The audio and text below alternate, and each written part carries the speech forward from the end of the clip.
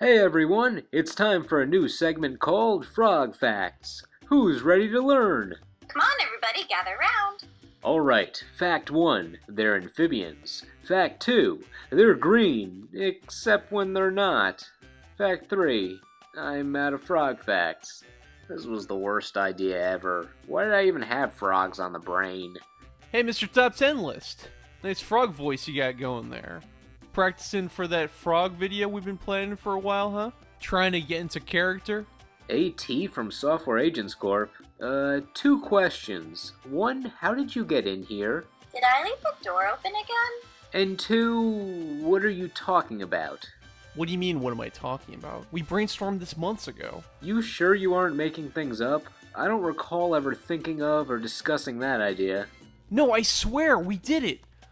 Oh man, don't tell me I'm going senile. I'm starting to imagine things, starting to lose my mind. Hold on, your monologue gave me enough time to remember everything. We were planning a list suggested by a viewer, Squashini-kun, who wanted to hear about frogs in media. So to narrow that idea down further, we'll just be talking about frog characters in video games since there are some great ones in games we like. The main credential is the character has to be a frog or humanoid frog creature that's clearly based on a frog in a video game.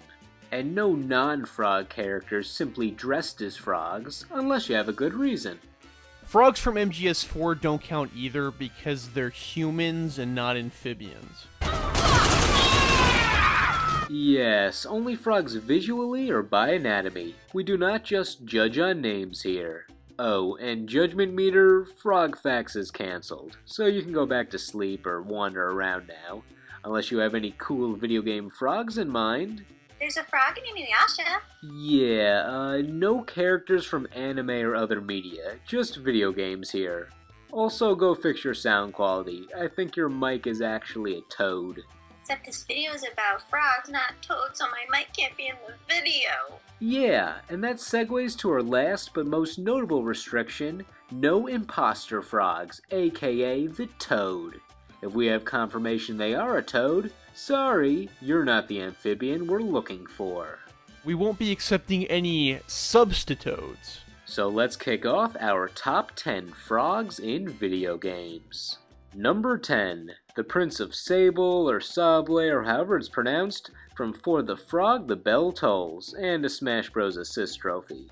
He's normally just a human, but one gulp from a magic potion, and he turns into a frog prince.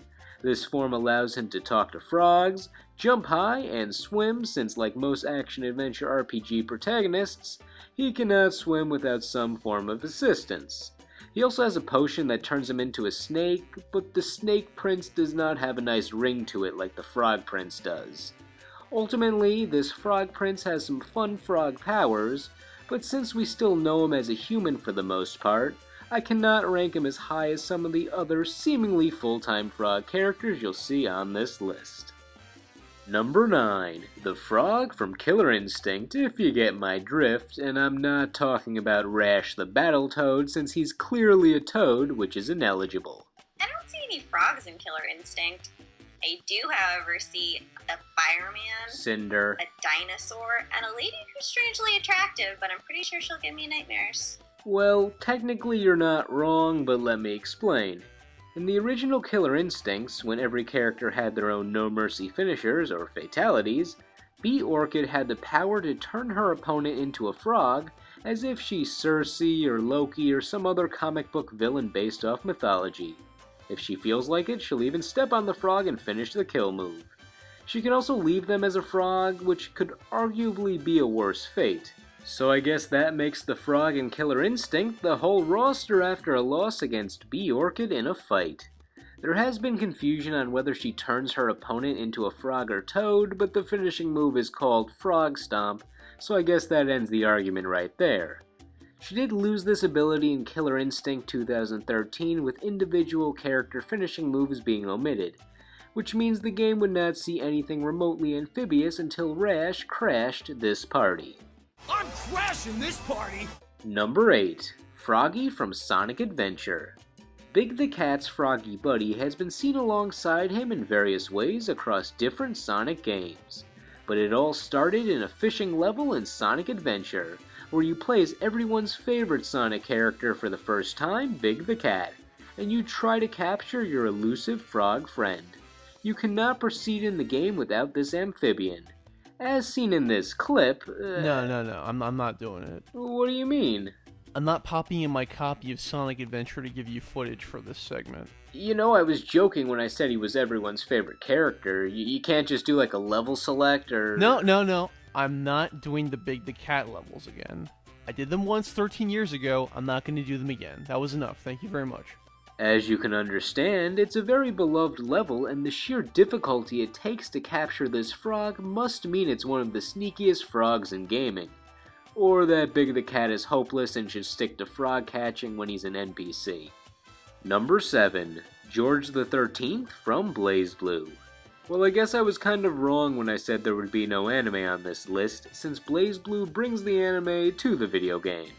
While George is not visually featured as a part of Rachel Alucard's gang in her promotional artwork with her cat Parasol Nago and bat creature Guy, she could not live without him. Part of Rachel's zoning tactics when fighting involves her taking out her frog buddy, George the 13th. He will follow the opponent around until Rachel is hit, or she gives the command for him to zap his victim. He doesn't really do much for the story or in any other attacks, but having an electric frog handy is never a bad thing. Plus, by his name, you could assume he comes from a lineage of royal amphibians. That or the previous 12 frogs died and Rachel names her new frogs the same way Lisa Simpson names cats. Number 6. The numerous frog-themed robots across the different Mega Man series. These games had a good variety of them. We never had a Frogman or a Frog Maverick, but there's still plenty of frog robots in the world of Mega Man. Croaker from Mega Man 2. Yeah, a lot of people played Mega Man 2. He's the frog robot that John Q. Public is most likely to remember from Mega Man. Croak Hopper from Mega Man X2. He gets affected by the weather in Wire Sponge's stage.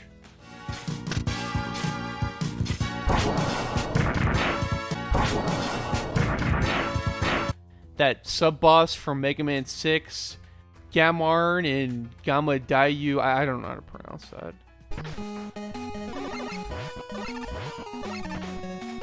And which is which, and who is who.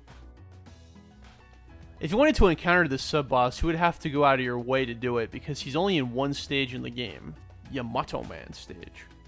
And if you want to get in on all this frog action, in Mega Man X3, you could take control of a frog-themed mech and hop around. It doesn't look as efficient as running, but it has its purposes. Still, I prefer leaving the frogging to the robots built for it. Number 5. Wart from Super Mario Bros. 2, or technically Doki Doki Panic. Wart is the final boss of this game, and he isn't too varied in his attacks. He mostly just spits bubbles at you. Spitting is bad. Just make the Sailor Mercury reference already. I know you like to do that when characters attack with bubbles. No, spitting is unsanitary, and I wouldn't want to compare that to anything I love. Alright, let's see. What else does this frog foe do? But Mr. Top 10 List, Wart isn't a frog, he's a toad.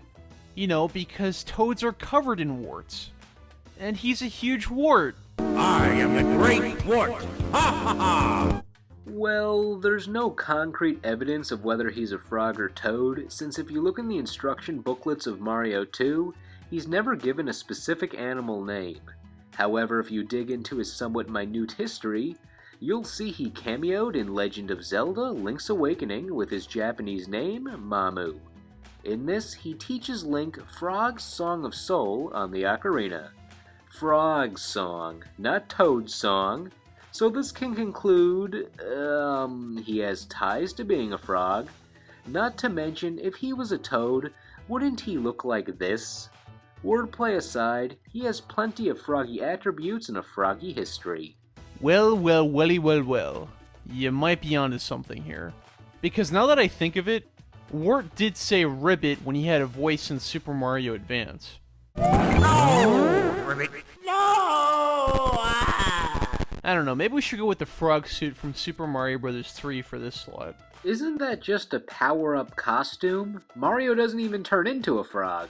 Yeah, but Mario had to skin the frog in order to wear that suit. So this slot is for that frog, in honor of his brave sacrifice.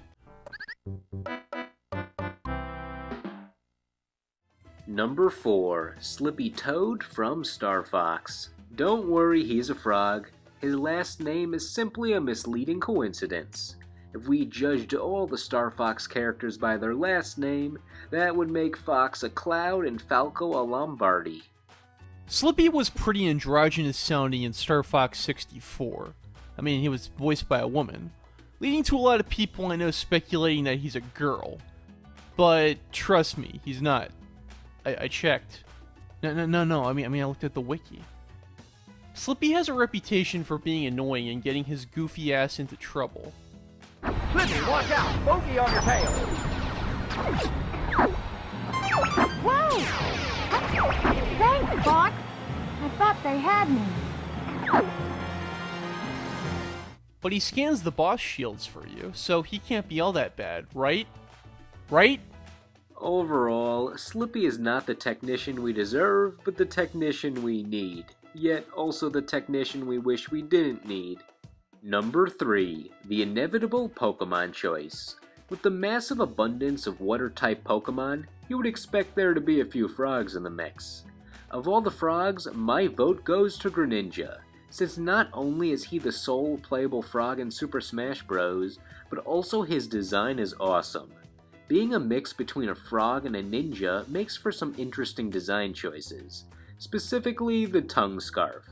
Does he adapt his taste buds to not activate when wrapped around his face? Because I would not want to always be tasting my head if I were him.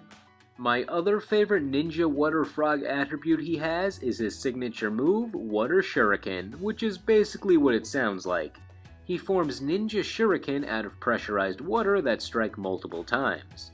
It apparently can cut through steel, so hopefully that just means inanimate blocks of steel. Otherwise, my condolences, Jasmine. The shurikens strike first in battle, so it's also a nice nod to how ninjas are known for their speed. Greninja's one of my favorite Generation 6 Pokemon, and yeah, he's in Smash Bros., but I think we should give this slot to Poliwhirl, mostly because of seniority. After all, historically speaking, he's appeared on more merchandise than any other frog Pokemon.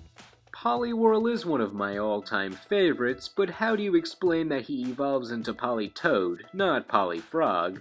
However, Pokemon is the series where a fish evolves into an octopus, since they're both related to guns and sea life.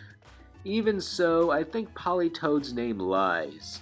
He's supposedly based on a tree frog, plus Poliwhirl is based on the glass frog, aka the frog where you can see its innards from the outside. I guess we have quite the conundrum here if we want to avoid a Pokemon tie for this segment. Both choices are really great. But you know what? I don't know anything about Greninja, so Poliwhirl, it's gotta be him. I suppose that decides it. Poliwhirl ekes out a victory for number 3. What do you have to say for yourself, Poliwhirl? Hey, remember that dubbing goof in the second Pokemon movie when a bunch of Pokemon were dancing and some of them were Poliwhirl and they were all saying, Poliwrath, Poliwrath, but they were clearly Poliwhirl. Man, what a blunder. What an embarrassment for the ages. Number 2, Frog from Chrono Trigger. He has a real name, but most of the game refers to him as Frog, so I guess we can tell what aspect of his character the game wants us to focus on. Frog is a middle-aged knight who is cursed with a frog transformation by the Dark Mage Magus. Most of Frog's character arc is him dealing with his inferiority complex about being a frog and being a coward, but mostly about being a frog. Besides being a skilled knight and attacking with his long tongue, Frog can also cast water spells. I absolutely love Frog's dialogue in the English translation. He talks in this stuffy manner, and the whole time it reminds me of a Shakespeare play. This is the kind of artistic liberty in game translation that I really dig. For number 1, usually you would think of going with a big personality or most powerful character, but sometimes there is just that one character who is so iconic, you cannot ignore them being our top pick. Number 1, Frogger from, well, Frogger. Frogger is the original video game frog. He's one of the staples of gaming along with the Pong paddle and the Space Invader. He's a very simple icon with an easy to understand story. Frogger is a philosophical game when you think about it. All the frog wants to do is cross the street, but the entire world is against him. Humans, alligators, snakes, even the damn turtles. As you can expect, the goal of the game is to get to your destination across the street, and don't collide with the many impediments, including moving platforms. Life is never easy for this frog. He's a lonely frog in a world of despair. The traditional stage generally has a street with cars and other things for the first half, and then a body of water with logs and such, with the water acting as a stage hazard. And why can't he swim? I'm not holding this to an adult standard. This has bothered me since I was 7. He must be the only frog in the world who can't swim. Like most classic arcade games, the ultimate goal just involves getting to the increasingly difficult levels and racking up your high score until you run out of lives. Those later levels make the high score even more rare and coveted. Just ask George Costanza. Here's a fun fact. The Super Nintendo version of Frogger was the last Super Nintendo game licensed in North America. And wow, what a lousy way to close an otherwise fantastic console on. The game doesn't even have any music, for crying out loud.